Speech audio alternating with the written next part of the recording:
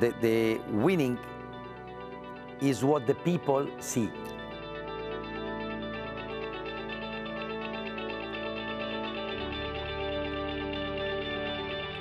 But is, you know, what there is behind winning is much, much more important. You know, that's what the people see, but what the people don't see is what we do here every day, the effort that we put. That is much more important.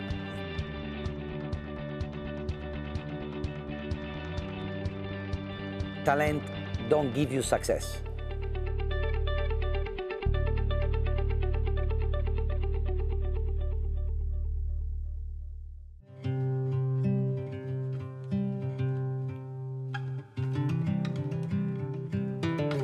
Sure, I think I have a very beautiful childhood.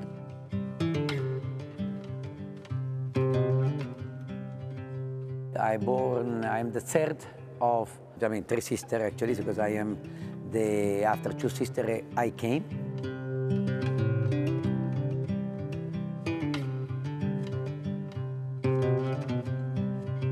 My family they are teachers, both of them. So my mother was teaching arts in school, and my father physical education, and plus he was tennis teacher plus a volleyball coach.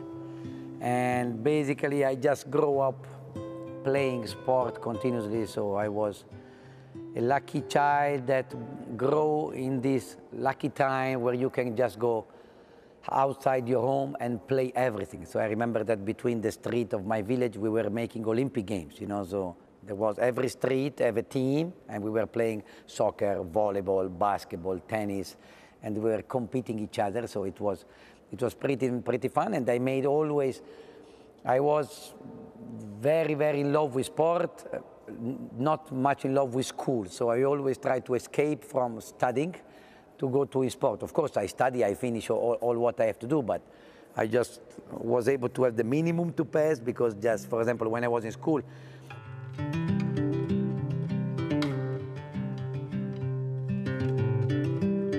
I came back from school around 2, and then quick lunch, then from 3 to 5 I was playing tennis, then come back with my bike, again little snack, then from 6:30 till 8:30 I was playing volleyball. Then I come back, and then I was trying to study for the next day, but mostly I was going to my friend, take what I need to do for the next day, and go to the next day. So I was lucky that I have a family that support me always, because of course my father was too much in sport, and my mother really is very different, you know, part of the family. She always say that her dream is to be a bench player because she would never have any responsibility, you know, so but it was very nice. And then, yeah, that was my childhood. And of course, like every kid of this age, in my town, like mostly, because I was born in a special town, one of the few towns in the world where volleyball is much more important than soccer or than basketball. So because the hometown was winning a lot of Italian league in volleyball, you know, so we really, all of us, we grow up, in my room, there was a poster of volleyball player. I didn't have poster of soccer player. And so it was really my dream to become a volleyball player. And I play a lot, but of course, you know, even if I put a lot of effort, my body was not big enough, and at this age, there was not the libero position. So, or you are setter, or you have to be very big, and I was not very big, and I didn't like to be setter. So at the age of, I think 18, 19, I start to coach already very early, and then everything started.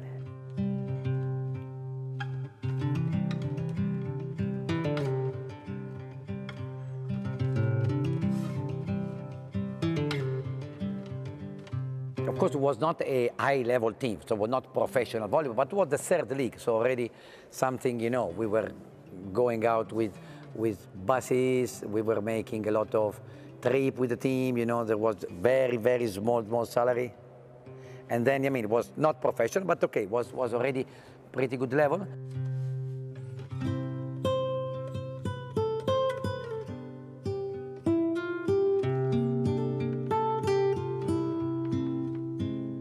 It was kind of very interesting relationship, because I mean, I love my father, and he loved me also. I was very important for his team, because I was garbage player, so the player that was making the dirty job pretty good, not the one that kill every ball, but the one that have to give the balance to the team, that I was very, very important for his team. But at the same time, at this age especially, I had not an easy character. I was I was ready to fight for everything. I was not very disciplined. I was against any kind of order, so if you say me do this, of course I tried the other way, but so I was this kind of kid. So sometimes we really have some fight, and I mean, the most funny stories were when sometime in training, because I was 17, 18, he said, okay, you go home. I don't want to see you in my gym. I said, I cannot go home because I'm in the car with you. So, okay, so we go in the locker room, close the locker room, and wait for me. So, okay, I stay in the locker room, wait, training finish, and went to Inton. But what was good relation? I mean, I think that put us very, very close. I mean, already we were close, but this relation made us even closer. And also was very nice that, I mean, we're still very close, and we're still talking too much about volleyball, and he's still writing me email after every match. So my father is born in 35. So, he's in the, really in the 80s, but he's still watching every match, still writing email, still criticizing a lot every time he has something that he didn't like. So, and we still have this kind of relation, so that is very nice.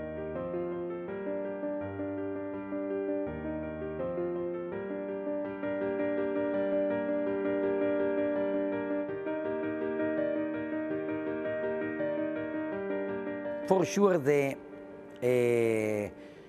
attention about details, So my father is still one coach that if now come in my gym, he can analyze the technique of a player even better than me. The arm swing, the angle, really the small details. He was really one of the old teacher, really the one that know really how to develop, how to teach the things from the basics. Also, he wrote one book that is one of the best books in Italy for the people that want to start to coach volleyball. So this book was very important in many schools, because really he had this teaching really inspiration. He was more a teacher than a coach, and that's why probably he was successful, but till one point, because he couldn't make into the professional life, because he had a big family. We were three brothers, so he never want to leave his security job in school to something unsecure, because at this age you never know what can happen in sport.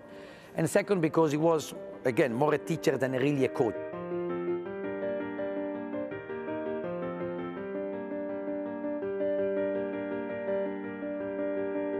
They were playing volleyball, both of them, till also the third league.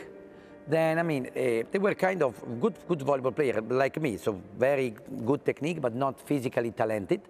Then when was the time, I mean, they didn't make the step to professional, and I decided to become a coach, they decided to become teachers. So they are both teaching, they're still teaching yet. One mathematics, one Italian, Latin, ancient Greece, this kind of stuff. So they were very helpful to me for the school, because I didn't want to study, but they helped me a lot.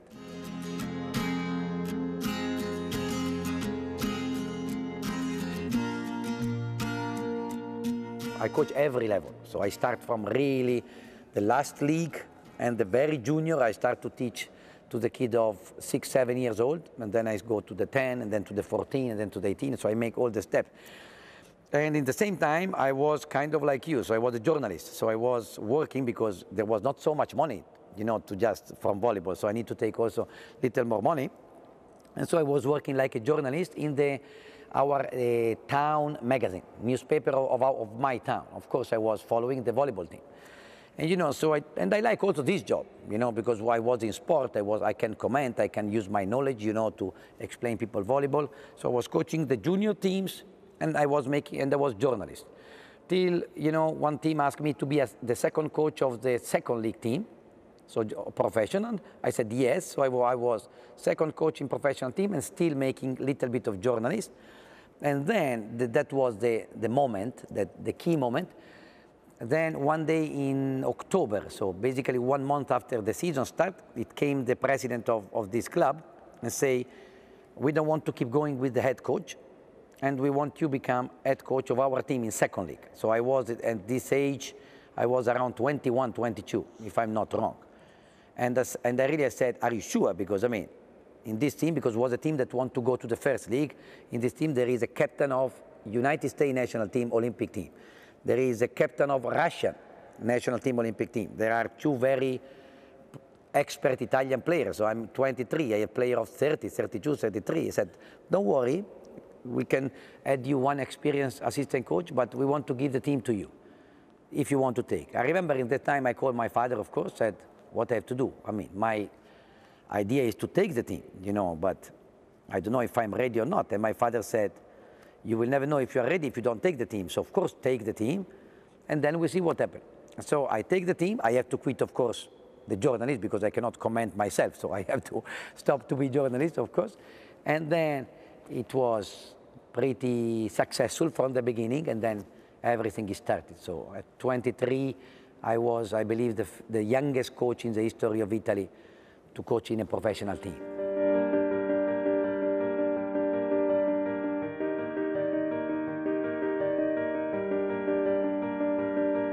I made from the second league to the first league. And then I had one good season in the first league. In this moment, I was 25 years old. And in the moment, for the coach of the Italian national team was Giulio Velasco. That is, in this moment in volleyball, Giulio Velasco is like Klopp now in soccer, you know, or Guardiola or Mourinho. So was the coach of the coaches. You know, that he was incredibly successful in the men team, Italian. So the federation put him in the women team to try to develop the women team. And so he called me immediately and said, Giovanni, you are young, you still play pretty good, but also you are coaching in the first league, so I want you to become my assistant in national team. So I said, of course, I come immediately, you know? And so I was there like third assistant. Then in the same moment, basically 3 months later, the Lazio soccer team, because it was so famous, he wanted him to become general manager of the Lazio soccer team. So basically, you know, so he left volleyball to become big manager in soccer. His assistant coach became the head coach, and me from third coach, I became assistant coach of national team. And I made my first Olympic in 2000, that was in Sydney, like assistant coach of national team.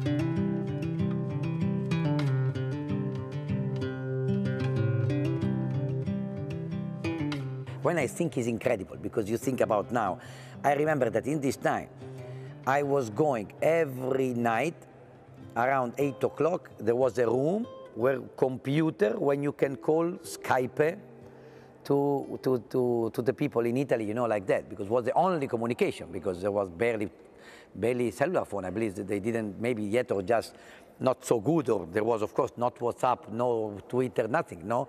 So I remember that I was every night going there, and I was meeting a big player in this room, because all of them want to communicate with us. And was amazing, was, you know, I was where I am, you know, you don't even realize where you were in this time. But it was fun.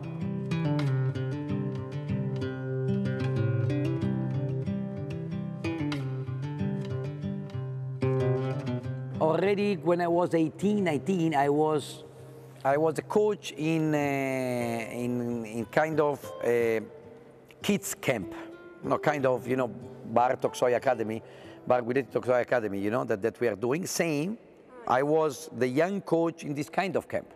And I was loving that, you know, I was really understand, oh, this is fun, I like to teach. You know, I mean, actually, if you see, my mother is a teacher, my father is a teacher, my sister is a teacher, my sister is a teacher, so this teaching, you know, inspiration for sure was inside me. And already when I was a young coach in this camp, I was really enjoying a lot, you know, and I was really trying to explain, and I was having fun seeing the young kids, you know, really improving and making, and I was trying to study, I was trying to learn as much as I can, I was traveling to other coaches, so it was pretty clear that I have this fire inside me. And still, this is the best things. Because didn't expire, is even more this fire probably.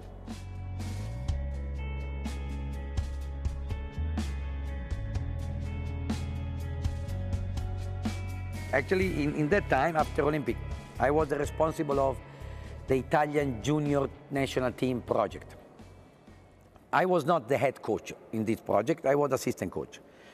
And I was happy, but at the same time, was not the costume, to use your word, that was fitting me. Because even if I was happy, it was a nice job, but I needed to lead the project. You know, I didn't was agree too much with the head coach, but of course, I have to do what the head coach say, but I wanted to take my responsibility, my decision, and so on. So I was not very, very, very happy. And in this moment happened something very strange, that 1 year before in one of my travel, I met the general manager of an association that was calling United States Professional Volleyball. That was basically a group of investors that wanted to bring the first professional league of volleyball in America. And before start with the league, they wanted to create a team. They created a team that was playing and promoting the future league all over America. And so, because I gave my curriculum 1 year later, they called me and said, are you interested in being our head coach in this promotional year? I said, of course. I mean, I'm one of the guys that normally I always say yes to the new adventure, you know, and to the new experience. And I was always in love with United States. I became in love with volleyball also because of a lot of American players. So it was kind of a dream for me. So I said, of course, I come. And then I was there. I stayed in Chicago for 9 months, and I coached this team that have the job to promote the new league. Then what happened?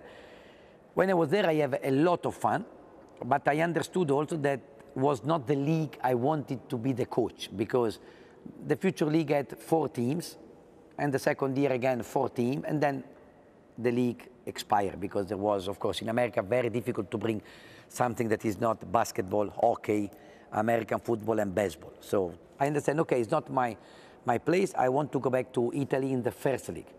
So I went back to Italy to the first league. I have a good offer in a good team. And I left going in different country. In the same time you bring something, because of course if they call me, they want I bring something. But in the same moment you bring something, you learn much, much more. You know, if I stay in Italy all my life, okay, I know the Italian culture, I know the Italian way to think, I know the Italian, you know, way to live, you know, but going to Bulgaria, going to Chicago, going to Holland, go to Germany, staying here, then you can learn so many, many things that if you stay, you know, in your house where you're born all your life, you cannot learn. No, that's why traveling is something amazing. So I have this chance. That's also why I said basically yes to every new opportunity, because still always I want to try to learn as much as I can, you know, so that's what the most important thing for me, you know, and really I learn something from each experience that I made. I learned something from each culture that I face. So, and it was very nice, you know, and also I am a guy that is very easy to adapt in any situation. So I can easily find my place. I can easily find good connection with the people. So I never felt alone or, you know, or lonely. You know, and so I have basically very good time in any experience. Even every experience was very different from each other.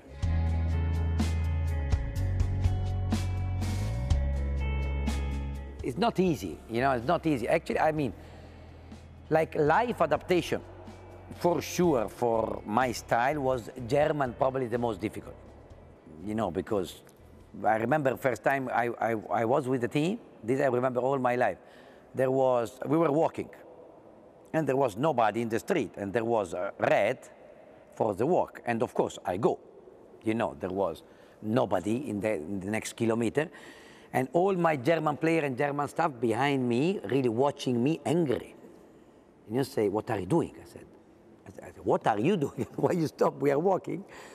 No, but if the kids see you, you teach very bad. How can you do something like this? And well, you know, so this was one example, you know, and same like in Germany, training finish 8:30. Okay, then my normal, if my training should finish 8:30, normally my training finished 8:50. And was a big problem there, very big problem, because the kitchen said 8:30, so the kitchen is ready 8:35. And if you go 8:50, the people is incredible angry, because, you know, in their mind is pretty fixed, you know, so life adaptation was not easy in Germany, because I really, everything that for me is normal, like, I mean, I am here to make sports, so when I finish training, I go to eat. No, the restaurant have to close at this time. In the street, I remember one time they stopped me, really, and they made me all the tests because I was going too quick, you know, for them. For me, I was really just a little over the speed, you know, so if a German come to Turkey, you have tough life, for sure, to adapt, you know, so, and opposite too. So this was, for sure, not so easy, but very, very easy in the gym, because this professionality and this discipline you find in the gym. So in the gym, in the German team, you put a paper, do 10, 10, 10, you are sure they do 11, 11, 11, you know, because they don't want to be guilty at all. So this was one part, but at the same time, I was also one problem that I had with them, because to this player was very important to explain them, important is not to make 10, 10, 10, but important is 10, 10, 10, bring us to win. Because not that we do 10, 10, 10, we did our job. That was the first, you know, the first fight with the German team. Because you think that we did 10, 10, 10, we did our job. No, do 5, 5, 5, but win. Because we are here to win, not to do our job.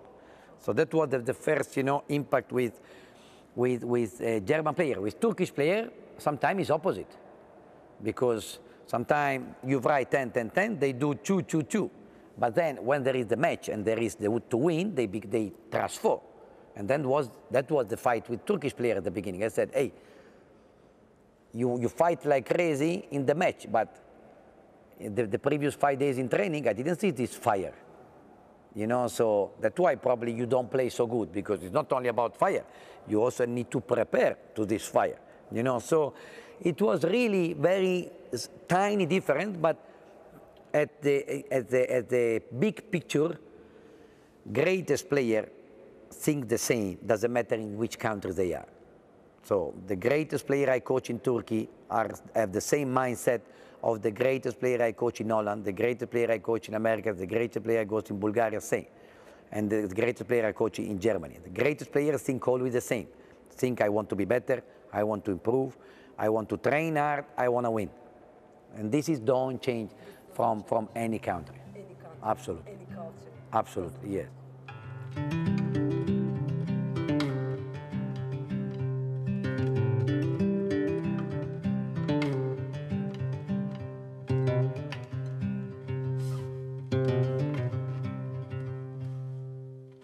Normally when I start, I always start with a lot of question mark, with a lot of, this job is difficult, this job is difficult. So I always try to keep my expectation not too high, you know, because for me the base of everything is the hard work have to bring the result, nothing else, you know. So normally I always start with not very high expectation, and then try to put a lot in the hard work, and then try to get success. But of course, I start every match thinking with the idea that we can win, that's for sure. You know, I remember that one time because I don't like to post too much, I'm not too much social, but I remember that after the first Champions League, I really say something that I know that many other coaches like so much in the world. I said, I want because before the winning of the first Champions League, many times I have success, but never really the big trophy, you know. So a lot of people say, yeah, he's a good coach, but he never won. You know, so I remember that I said, okay, now the people start to think that I am a big coach because I won. But it's not like this. I mean, I was not a big coach before, I'm not a big coach now. I'm still the same coach. They want to grow and they want to become better and then they want to work hard. Just now because of one cup, the people will see me different, but I'm not different. You know, not that you are a good coach because you win. You are a good coach when you bring your team to play the best that your team can. This is our job. You are the good coach when you bring the players to play better, when you teach them something. Then there is a moment that then you face against an opponent that is better than you. But it's not that you are a worse coach or a bad coach because of win or lose. You know, win or lose is really too much for the media, too much for the people, and it's okay, it is normal. I mean, we do everything for win. We don't do nothing to lose. That is okay. This is how the society is thinking, that is pretty okay. I'm not against that. But I don't judge our you know, my colleague or some player because only winning or lose. I judge because how much effort they put on winning or lose, how much they want to grow, how much they want to improve.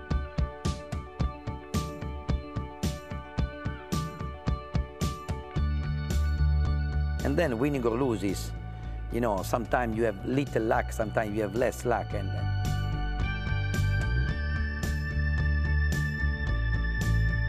I really believe that we cannot be, you know, we cannot feel like God when we win, and we cannot feel like you know, the worst man in the world when you lose, you know.